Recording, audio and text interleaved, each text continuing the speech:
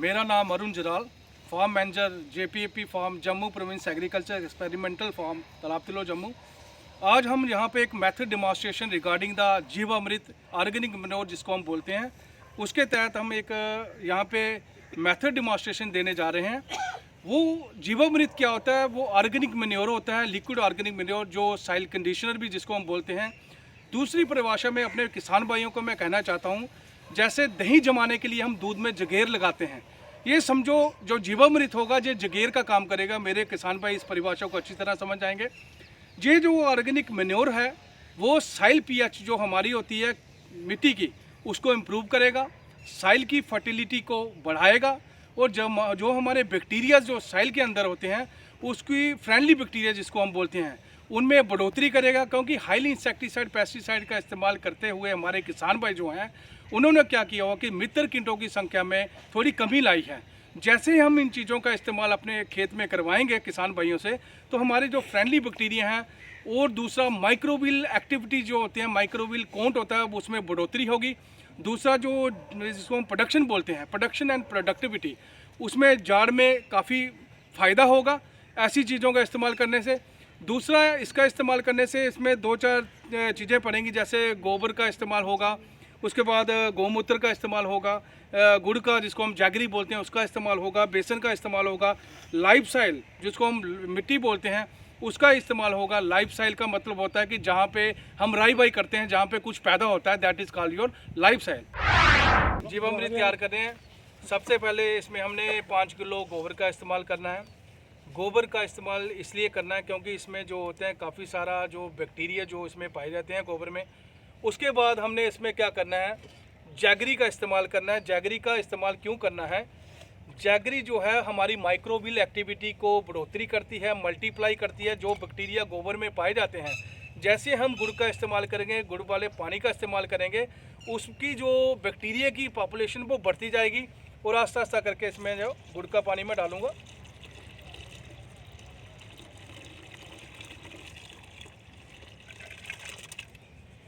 कोशिश करनी चाहिए कि जो गुड़ वाला पानी है, गुड़ को सुबह ही भिगो के पानी में रख देना चाहिए। उसके बाद इसमें मैं बेसन का इस्तेमाल करूंगा। थोड़ा इसमें पानी डालिए। हमारे बैक्टीरिया को जो बढ़ने के लिए एक प्रोटीन जो इसमें काफ़ी ज़्यादा प्रचुर मात्रा में प्रोटीन पाई जाती है, उसको एनर्जी देने के लिए इसमें बेसन का इस्तेमाल कर रहा हूँ। तभी तो उसकी पॉपुलेशन, तभी तो उसकी मल्टीप्लिकेशन होगी, इसलिए मैं बेसन का इसमें इस्तेमाल कर रहा हूँ। वो मैंने 1 किलो के हिसाब से इसमें बेसन डालना है, वो आस्ता आस्ता मैं डाल दूँगा।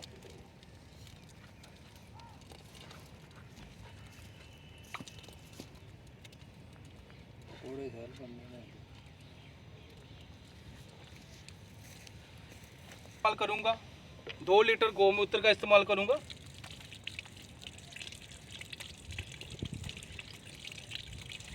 गौमूत्र का इस्तेमाल क्यों करूँगा? क्योंकि गौमूत्र जो होता है वो एंटीवायरल होता है, एंटीसेप्टिक होता है, और इसमें कई प्रकार के जो माइक्रो न्यूट्रन पाए जाते हैं। मुझे कहने की ज़रूरत नहीं है, मेरा किसान भाई ऑलरेडी जानता है कि गौमूत्र के क्या फ़ायदे हैं। वो धीरे धीरे करके मैं इसमें गौमूत्र भी डालूँगा।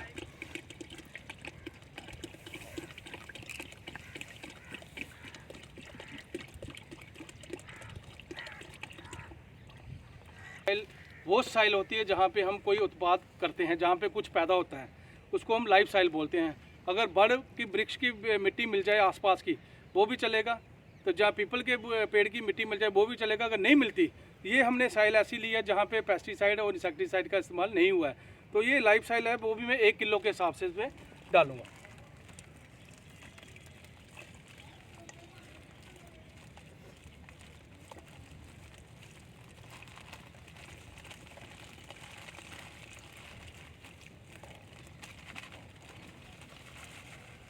इसको फिर आस्ता आस्ता करके सारा मैं इसको हिलाऊंगा, इसको स्टर करूंगा।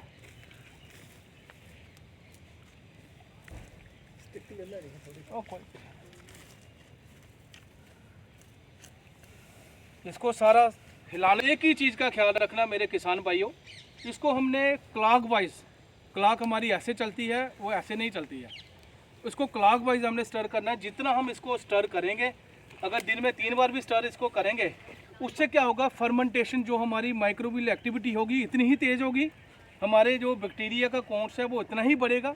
इसलिए इसको तेज़ी से अच्छी तरह वो करना चाहिए। उसके बाद इसको मैं ड्रम में डाल दूंगा जिसमें 20 लीटर पानी पड़ा होगा। उसको हमने क्या करना है, जूट वाली जो बोरी आती है, गन्नी बैग जिसको बोलते हैं, उससे मैंने ढक देना है। क्यों ढकना है? क्योंकि मैं ऑर्गेनिक प्रक्रिया कर रहा हूँ, मैं जैविक प्रक्रिया कर रहा हूँ। और इसको हमने क्या करना है, फिर धूप में नहीं रखना है, इसको छाँव में रखना है। अगर धूप में रखूँगा इसमें क्या होगा, जो वेपराइजेशन होगी, जो मैं करना चाहता हूँ वो पॉसिबल नहीं होगा। जो माइक्रो न्यूट्रिएंट्स होंगे, जो फर्मेंटेशन का प्रोसेस जो होगा वो सारा इसमें उड़ जाएगा। जो मैं करना चाहता हूँ वो चीज़ नहीं हो सकती। इसको मैं छाँव में रख दूँगा। 7 दिन में ये जो मेरी मेडिसिन है वो तैयार हो जाएगी। इसको मैंने सुबह भी लाना है, शाम को भी लाना है। 9 दिन के बाद 15 से 20 लीटर 200 लीटर पानी डाल के पर एकड़ 8 कनाल के हिसाब से इसका मैं स्प्रे करवाऊंगा। चाहे वो कनक वाली फसल है, चाहे वो मुंजी वाली फसल है, चाहे हमारा बाजरा है, चाहे वो मक्की की फसल है, चाहे वो सब्जी की फसल है। अगर हम इसका छिड़काव करवाएंगे उससे क्या होगा, हमारी जो रूट सिस्टम है वेल डेवलप होगा। हमारे प्लांट में प्लांट डिफेंसिव मैकेनिज्म होता है कि अगर मेरा इम्यून सिस्टम ठीक होगा ना, तो मैं जो भी खाऊंगा मुझे पच जाएगा। ऐसे ही प्लांट में प्लांट डिफेंसिव मैकेनिज्म होता है। ये चीज़ जो है उस चीज़ को इम्प्रूव करेगी। जो हमारी ज़मीन का जो हार्ड पैन बना हुआ है, जिसको हम बोलते हैं करंट बन गया है दूसरी परिभाषा में, जहाँ हमारी जो physical as well as chemical properties जो साइल की हैं, heavy dose of chemical fertiliser डाल के उसका जो वो स्ट्रक्चर है वो बिगड़ गया है। ऐसी चीज़ें डालने से वो स्ट्रक्चर में भी सुधार होगा, वो साइल कंडीशनर का काम करेगा, और जो हमारी पीएच है वो भी मेंटेन होगी। दूसरा, मैं आपके माध्यम से अपने किसान भाइयों को एक मैसेज और देना चाहता हूँ। अगर स्प्रे वो नहीं करना चाहते हैं, फिर उन्होंने क्या करना है, इसको 100 लीटर ये सोल्यूशन जीवामृत का लेके 200 लीटर पानी डाल के अपने खेत में ऐसे भी वो स्प्रे कर सकते हैं। 2-3 साल तक स्प्रे करने से क्या होगा, उसके बाद जीवामृत डालने की उनको जरूरत नहीं होगी। उनकी साइल फर्टिलिटी है, जो साइल कंडीशनिंग है, जो वो बिल्कुल इम्प्रूव हो जाएगी। मैं आपके माध्यम से अपने किसान भाइयों को एक मैसेज देना चाहता हूँ कि हमारा किसान भाई जो है ऐसी विधियों पे भी आने की कोशिश करें। Farm manager Jammu province agriculture experimental farm, जिसको हम JPAP फार्म बोलते हैं, तालाब तिलो जम्मू। आज हम यहाँ पे जीवामृत, जिसको हम ऑर्गेनिक लिक्विड मैन्योर बोलते हैं, जिसको दूसरी परिभाषा में हमारे किसान भाई साइल कंडीशनर भी बोलते हैं, उसका हम एक मेथड डेमोन्स्ट्रेशन यहाँ पे देने जा रहे हैं। उसका मेन मकसद यही है कि हमारा किसान भाई जो है वो हाईली इंसेक्टिसाइड, पेस्टिसाइड या केमिकल खादों का हाईली डोज जो डालता है, उससे हमारी ज़मीन का स्तर है जो वो बिगड़ रहा है, जिसकी फिजिकल प्रॉपर्टीज़ जो हैं वो भी बिगड़ रही हैं, और उसमें क्या हो रहा है कि हार्ड बैन क्रिएट हो रहा है। तो हम चाहते हैं हमारा किसान भाई ऐसी विधियों पे भी आने की कोशिश करे।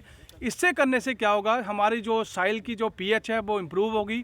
हमारी साइल फर्टिलिटी, जिसको हम बोलते हैं कि उपजाऊ शक्ति ज़मीन की, वो कम होती जा रही है, क्योंकि हम हैवी डोज ऑफ फर्टिलाइज़र जो हमारे किसान भाई आजकल खेत में डाल रहे हैं, वो अगर 1 क्विंटल यूरिया खेत में डालेंगे उसका 22 किलो ही हमारे पौधे को चाहिए, लेकिन हमने तो 1 क्विंटल यूरिया खेत में डाल दिया, लेकिन वो राख बन के ऐसे ज़मीन के अंदर पड़ा हुआ है। तो और ऐसी चीज़ें डालने से वो सॉल्युबल फॉर्म में आ जाएगा। दूसरा क्या होगा, इससे हम डालने से हमारी जो उत्पादन है वो भी बढ़ेगा, उसमें बढ़ोतरी होगी प्रोडक्शन एंड प्रोडक्टिविटी में। तो हम इसमें सबसे पहले मेथड डेमोन्स्ट्रेशन में हमने क्या किया, हमने गोबर का इस्तेमाल किया। गोबर का इस्तेमाल इसलिए किया क्योंकि इसमें प्रचुर मात्रा में जो माइक्रो न्यूट्रिएंट्स पाए जाते हैं गोबर में। उसके बाद हमने लिविंग साइल, जिसको मिट्टी बोलते हैं, मिट्टी में प्रचुर मात्रा में माइक्रो न्यूट्रिएंट पाए जाते हैं, बैक्टीरियाज होते हैं। उसके बाद हमने इसमें बेसन का इस्तेमाल किया। बेसन का इस्तेमाल मैंने इसलिए किया क्योंकि वो उसमें हाईली प्रोटीन होती है। प्रोटीन जो है वो हमारी जो माइक्रोबियल एक्टिविटी को बढ़ाने में काफ़ी कारगर होती है। इसके बाद इसमें मैंने गुड़ का इस्तेमाल किया, जिसको जैगरी बोलते हैं। अगर गुड़ नहीं मिलता, आप रो का जो जूस होता है, जूस का भी इस्तेमाल कर सकते हैं। अगर जूस भी नहीं मिलता तो 12 जो हमारे कहते हैं ना केले होते हैं जो पके हुए, उसका इस्तेमाल भी हम इसमें कर सकते हैं। ऐसा करने में क्या होता है कि जो गुड़ होता है वो माइक्रोबियल एक्टिविटी को तेज़ करता है, बैक्टीरियाज की पॉपुलेशन को बढ़ाता है। उसके बाद हमने इसमें गौमूत्र का इस्तेमाल किया। गौमूत्र का इस्तेमाल इसलिए किया क्योंकि वो एंटीसेप्टिक का काम करता है, एंटीवायरल का काम करता है। मेरे किसान भाइयों को बताने की ज़रूरत नहीं कि गौमूत्र के क्या फ़ायदे हैं। हम चाहते हैं कि ये जो विधि है, ऐसी विधियों पे किसान भाई आने की कोशिश करें, चाहे उसने कनक की फसल लगाई है, चाहे बाजरा है, मक्की है, कोई भी फसल लगाई है। तो मेरा किसान भाई जो है 20 दिन की क्रॉप हो उसमें एक स्प्रे कर सकता है। दूसरा, जब 45 दिन की क्रॉप आती है, जिसको हम बोलते हैं 60 दिन के बाद गब्बे में आती है कनक, उसमें स्प्रे कर सकता है। उसमें स्प्रे की मात्रा ये रहेगी 15 से 20 लीटर उसमें 200 लीटर पानी डाल के वो हमारा किसान भाई जो है पर एकड़ में स्प्रे कर सकता है। अगर उसने साइल ट्रीटमेंट करना हो तो उसके लिए 100 से 200 लीटर हमारा जीवामृत 200 लीटर पानी डाल के तो वो हम उसमें स्प्रे कर सकते हैं 8 कनाल के लिए। तो हम चाहते हैं डिपार्टमेंट यही एक सिफारिश करता है कि किसान भाई ऐसी विधियों पे भी आने की कोशिश करें।